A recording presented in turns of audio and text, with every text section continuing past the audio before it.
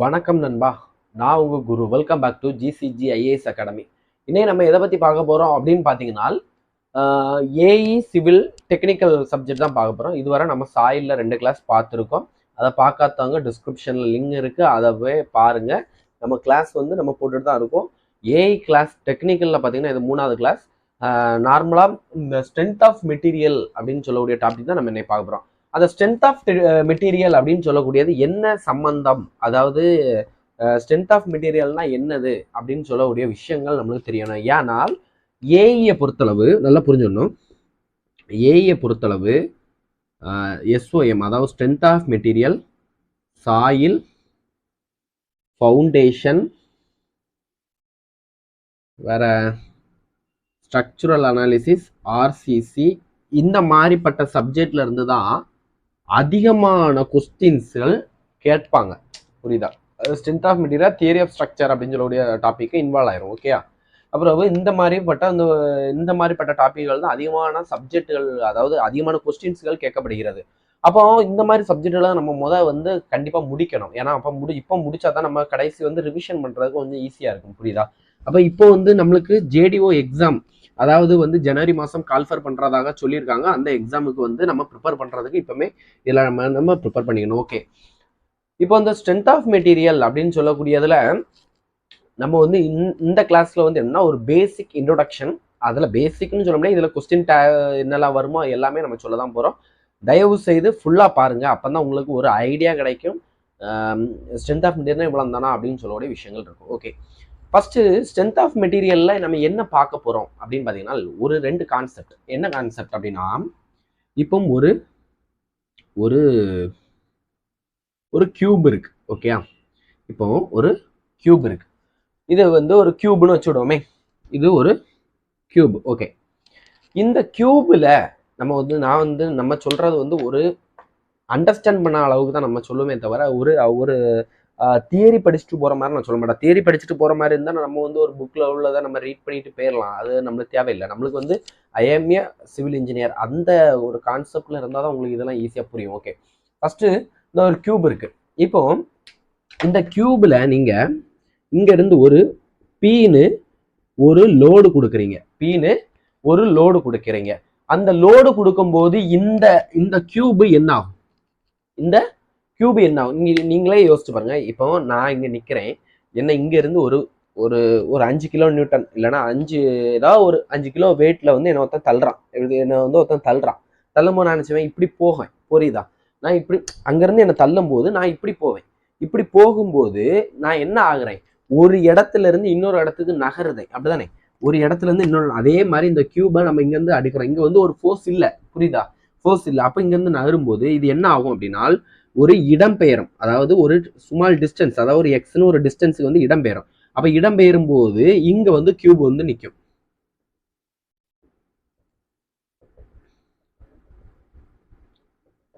புரியுதா? இங்க வந்து கியூப் வந்து நிற்கும். புரியுதா? இததான் என்ன சொல்லுவாங்க அப்படின்னா மெக்கானிசம். அப்ப இது என்னதுன்னா இட் இஸ் மூவ்னு சொல்லலாம். அப்போ நல்லா புரிஞ்சுக்கணும். ஒரு கியூப் இருக்கு, அந்த கியூப்ல நம்ம ஒரு ஃபோர்ஸ் கொடுக்குறோம். அந்த ஃபோர்ஸ் கொடுக்கும்போது என்னன்னா அந்த கியூப் வந்து ஒரு இடத்துல இருந்து இன்னொரு இடத்துக்கு நகருது. அந்த நகரக்கூடிய அந்த டிஸ்டன்ஸ் நகர்ந்து அப்படி போச்சுனால் அதை தான் நம்ம என்ன சொல்லுவோம்னா மெக்கானிசம் அப்படின்னு சொல்றோம். அப்ப இங்க கொடுக்கக்கூடிய ஒரு ஃபோர்ஸ், அதாவது என்ன வந்து ஒருத்தன் தள்ளுறான், ஒரு ஆக்டிவ் கொடுக்குறான். அப்ப இதுக்கு பேர் என்னன்னா ஆக்டிவ் லோடு. ஆக்டிவ் லோடு அப்படின்னு சொல்றாங்க. புரிஞ்ச இந்த கான்செப்ட் உங்களுக்கு புரிஞ்சுதா? இப்ப மெக்கானிசம்னா என்னது அப்படின்னு கேட்டால், ஒரு லோடு நம்ம ஒரு பொருளை கொடுக்கும் போது அந்த பொருள் வந்து ஒரு குறிப்பிட்ட டிஸ்டன்ஸ் என்ன ஆகுது? மூவ் ஆகுது. அந்த மூவ் ஆச்சுனால் அதை மெக்கானிசம்னு சொல்றாங்க. ஓகே, இப்போ மூவ் ஆகாம இருக்கணும். ஓகே, இந்த கான்செப்ட் உங்களுக்கு புரிஞ்சிருக்கும்னு நினைக்கிறேன். இப்போ இது வந்து உங்களுக்கு மூவ் ஆகக்கூடாது. இப்போ ஒரு எக்ஸாம்பிளுக்கு நீங்க வந்து ஒரு பில்டிங் கட்டுறீங்க. அந்த பில்டிங் கட்டும் போது என்ன நடக்குது அப்படின்னு பார்ப்போம். இப்போ பில்டிங் கட்டுறீங்க, உங்களுக்கு ஒரு லோடு வருது, ஒரு விண்டு லோடோ ஏதாவது ஒரு லோடு வருது, ஒரு சீஸ்மிக் லோடோ ஏதாவது ஒன்று வருது. வரும்போது நீங்க வந்து என்ன பண்றீங்க? நீங்க வந்து பில்டிங் கட்டியாச்சு, ஒரு லோடு வந்தோடனே இந்த மாதிரி மெக்கானிக்ஸ் டைப்ல இருந்துன்னா என்ன ஆகும்? அந்த பில்டிங் அப்படியே கொலாப்ஸ் ஆயிரும். புரியுதா உங்களுக்கு? அப்படி பில்டிங் வந்து கொலாப்ஸ் ஆயிரும். அப்ப நம்மளுக்கு தேவை வந்து கொலாப்ஸ் ஆகக்கூடிய பில்டிங் கிடையாது. நீங்க இங்க இருந்து லோடு கொடுத்தால் இங்க வந்து ஒரு லோடு வந்து அதை வந்து அப்படி ஸ்டெபிளா நிக்கணும். அதாவது என்ன, இங்க இருந்து ஒரு 5 கிலோ வெயிட்ல வந்து ஒருத்தன் தள்ளுறான், 5 கிலோ லோடு கொடுத்து என்ன ஒருத்தன் தள்ளுறான். இதே இது எனக்கு இங்க சப்போர்ட் இல்லைன்னா என்ன ஆகும், நான் இப்படி போவேன். அதே இது இங்கேயும் ஒரு 5 கிலோ கொடுத்து ஒருத்தன் தள்ளுறான், அப்ப என்ன ஆகும், நான் இப்படிதான் நிற்பேன். புரியுதா? இப்படி நிற்பேன். இங்க 10 கிலோ தள்ளும் போது இங்கேயும் 10 கிலோ வந்துன்னா நான் இப்படிதான் நிற்பேன். இங்க 10 கிலோ வந்து இங்க 20 கிலோ வந்துன்னா நான் கொலாப்ஸ் ஆயிடுவேன், வெடிச்சுவேன். அந்த மாதிரி தான் இங்க வந்து இப்ப நம்ம இங்க ஒண்ணு கொடுத்தணும். இங்க இருந்து மறுபடி இதுல 6ன்னு ஒரு லோடு கொடுக்குறோம். லோடு கொடுக்குற போது ரெண்டும் ஈக்குவலாக இருக்கும் போது இது வந்து என்னன்னா மூவ் ஆகாது. இததான் நம்ம என்ன சொல்றோம், ஸ்ட்ரக்சர் சொல்லலாம். It is not move. இது மூவ் ஆகாது. It is not move. அப்ப இது என்னது ஆகாது, மூவ் ஆகாது. இந்த கான்செப்ட் புரிஞ்சா? ஏன்னா சொல்றேன்னா, ஒரு ஸ்ட்ரக்சர் அப்படின்னு சொல்லுது, இங்க இருந்து ஒரு ஆக்டிவ் ஃபோர்ஸ் வரும்போது இங்க இருந்து ஒண்ணு ரியாக்ட் ஆகணும். இப்போ ஒரு எக்ஸாம்பிளுக்கு நம்ம தொட்டால் சிவங்கி வச்சோமே, நம்ம கையை வச்சோம்னா அந்த இலை சும்மாவா இருக்கு, இல்ல சுருங்குது. அப்ப அங்க இருந்து ஏதோ ஒரு விசை, அந்த மாதிரி ஒரு ஸ்ட்ரக்சருக்கு இங்க இருந்து ஒரு லோடு கொடுக்கும்போது அங்க இருந்து ஒரு லோடு வரும்போது என்ன ஆகணும், உங்களுக்கு வந்து அந்த எப்படி சொல்ல நிக்கணும். அதுதான் என்ன சொல்லுவாங்கன்னா ஸ்ட்ரக்சர் அப்படின்னு சொல்லுவாங்க. அப்போ இங்க இருந்து நம்ம ஒரு லோடு கொடுக்குறோம்ல, இங்க இருந்து ஒரு லோடு கொடுக்குறோம், இதை நம்ம என்னன்னு சொன்னோம், ஆக்டிவ் லோடுன்னு சொன்னோம். அப்ப இந்த ஆக்டிவ பார்த்து இன்னொன்னு வந்து ரியாக்ட் ஆகுது. அப்ப இதை வந்து என்ன சொல்லுவாங்கன்னா ரியாக்டிவ் லோடுன்னு சொல்லுவாங்க. இல்லைனால் ஆர் ரியாக்ஷன் சொல்லுவாங்க. இல்லைன்னா என்ன சொல்லுவாங்க, ரியாக்ஷன் சொல்லுவாங்க. நோட் பண்ணிக்கோங்க. நான் எதுக்கு சொல்லனா, ஒவ்வொரு விஷயமும் இதுல ரொம்ப ரொம்ப இம்பார்ட்டன்ட். நம்ம படிக்கும் போது கான்செப்டா படிச்சோன்னா இதுல ஒண்ணுமே கிடையாது. இப்ப நான் சொன்ன விஷயத்த நீங்க யோசிச்சீங்கன்னா இந்த கான்செப்ட் முடிஞ்சு போச்சு. மெக்கானிசம்னா என்னது, அதே மாதிரி ஸ்ட்ரக்சர்னா என்னதுன்னு சொல்லக்கூடிய கான்செப்ட் பார்த்தாச்சு. ஓகே. இனி அடுத்தது என்ன பார்ப்போம். இப்போ அல்ஜிப்ரிக், அதுக்கு பிறகு அரித்மெட்டிக். அல்ஜிப்ரிக், இன்னொன்னு என்னது, அரித்மெட்டிக் அப்படின்னு சொல்லுவாங்க. ஒண்ணு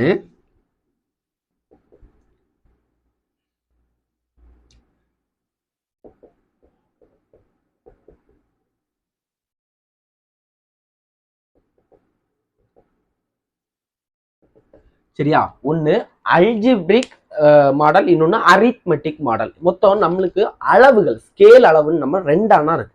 ஒண்ணு வந்து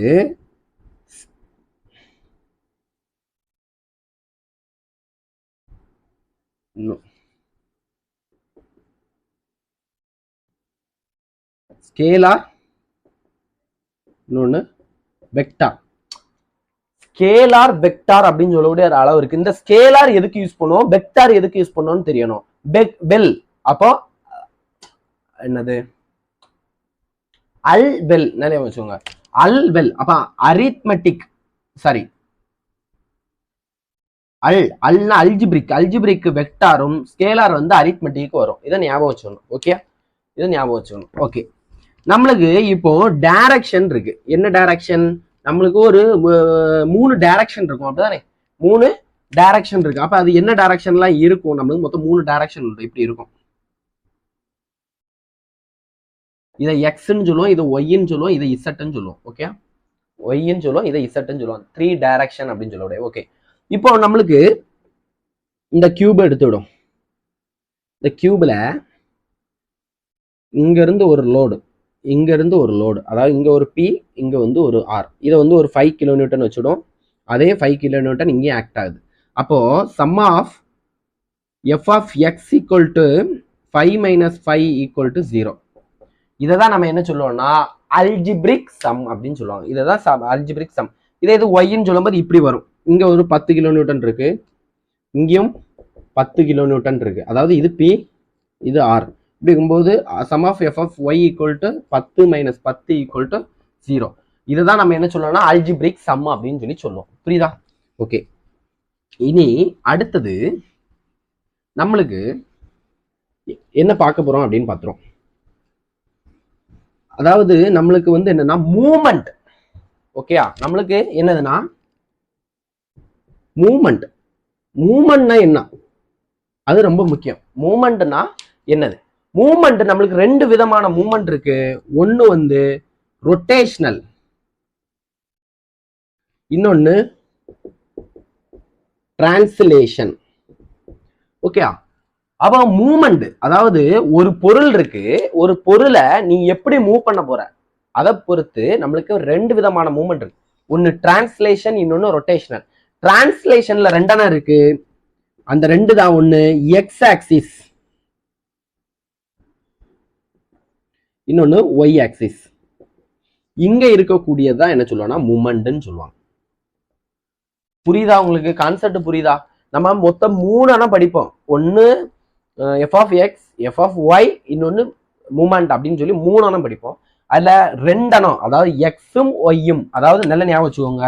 இந்த எல் ஷேப், அதாவது இது ரைட் ஆங்கிள் ஞாபகம் வச்சுக்கோங்க.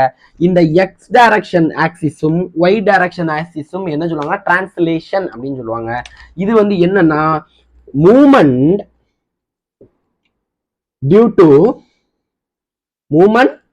டியூ டு என்ன சொல்லுவாங்கன்னா லைன்னு சொல்லுவாங்க. ரொம்ப முக்கியம், மூமெண்ட் டியூ டு லைன். இது பாருங்க, ஒரு லைன்ல தான் போகுது, புரியுதா?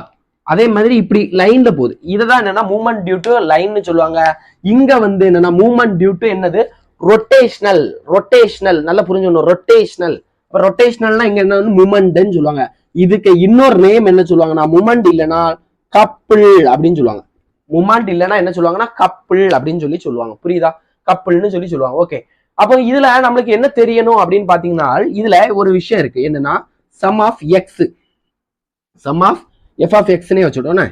Some of F of X equal to 0, sum of F of Y equal to 0, sum of moment equal to 0.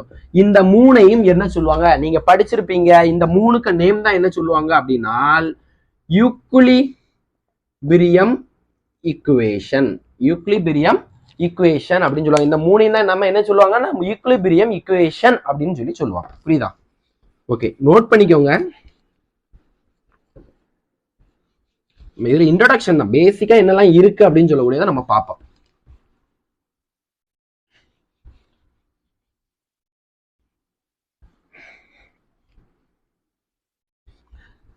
சரி, ஓகே. இனி அடுத்தது என்ன பார்க்கலாம் அப்படின்னு பாத்தீங்கன்னா லோடு. அடுத்தது நம்ம பார்க்கக்கூடிய என்ன, சரி, அடுத்து நம்ம பார்க்கக்கூடிய என்னன்னா லோடு. இப்ப லோடுல நீங்க லோடு கொடுக்குறீங்க. நான் என்ன சொல்லுவேன்னா லோடுல 2 விதமான லோடு இருக்கு. மீன்ஸ் 2 டைப் ஆஃப் லோடு இருக்கு. அதாவது ஒரு டைப்ல வேற மாதிரி வரும், இன்னொரு டைப்ல வேற மாதிரி வரும். அதனால நம்ம அதை 2ஆ பார்ப்போம். First load. நம்ம டக்குன்னு லோடுன்னு சொல்லிட்டு நான் என்ன டெட் லோட், லைவ் லோட், அது ஒரு டைப். ஓகே, அது ஒரு செட், அது ஒரு செட். நம்ம இங்க பார்க்கக்கூடிய செட் என்னன்னா இந்த லோடு. என்ன விதமான லோடு நம்ம அப்ளை பண்ணுவோம் அப்படின்னு பாத்தீங்கன்னா ஒரு நான் அந்த விஷயத்தை எழுதுறேன், அது நான் சொல்லி தரேன். ஒன்னு டென்ஷன், இன்னொன்னு கம்ப்ரஷன். டென்ஷன், கம்ப்ரஷன்,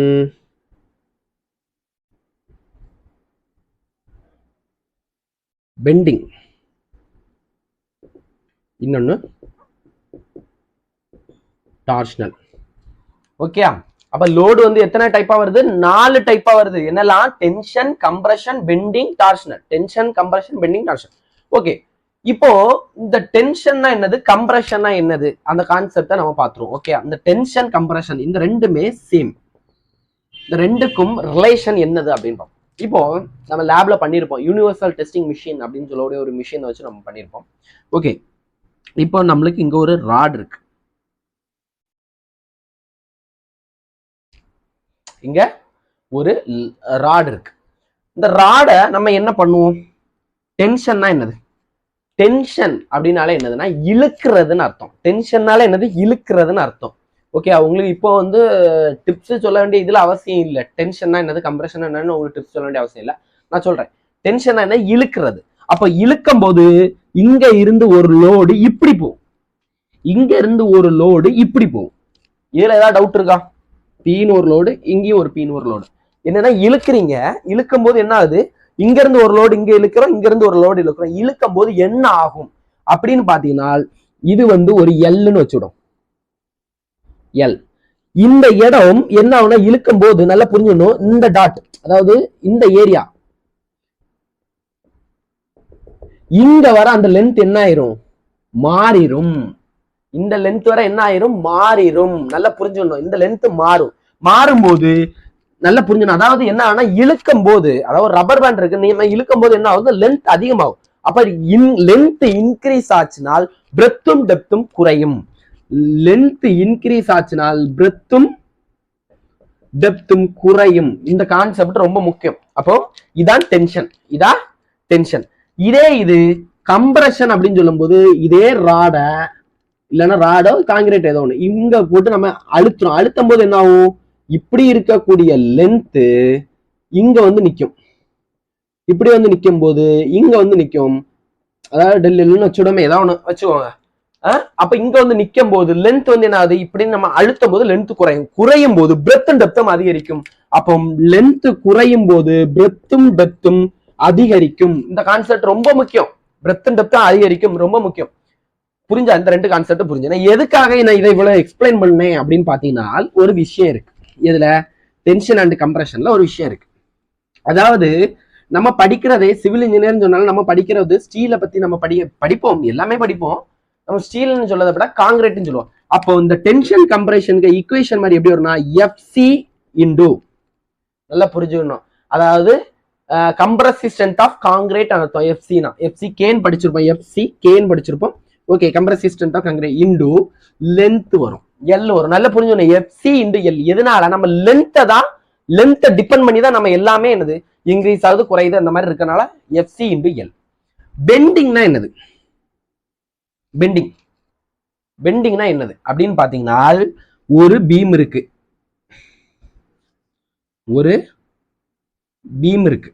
இந்த பீம்லாம் நீங்க இங்க ஒரு லோடு கொடுக்கீங்க, லோடு கொடுக்கும்போது இந்த இடம் வந்து என்னன்னா பெண்ட் ஆகுது.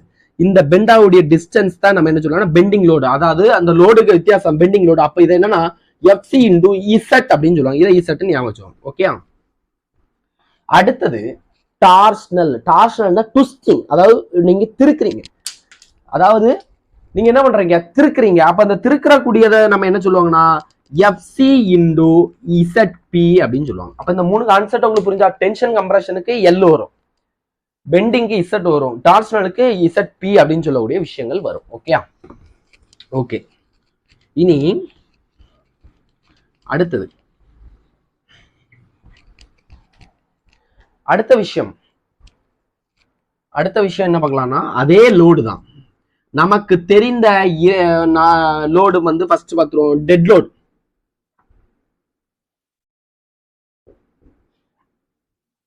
Live load, wind load, seismic load.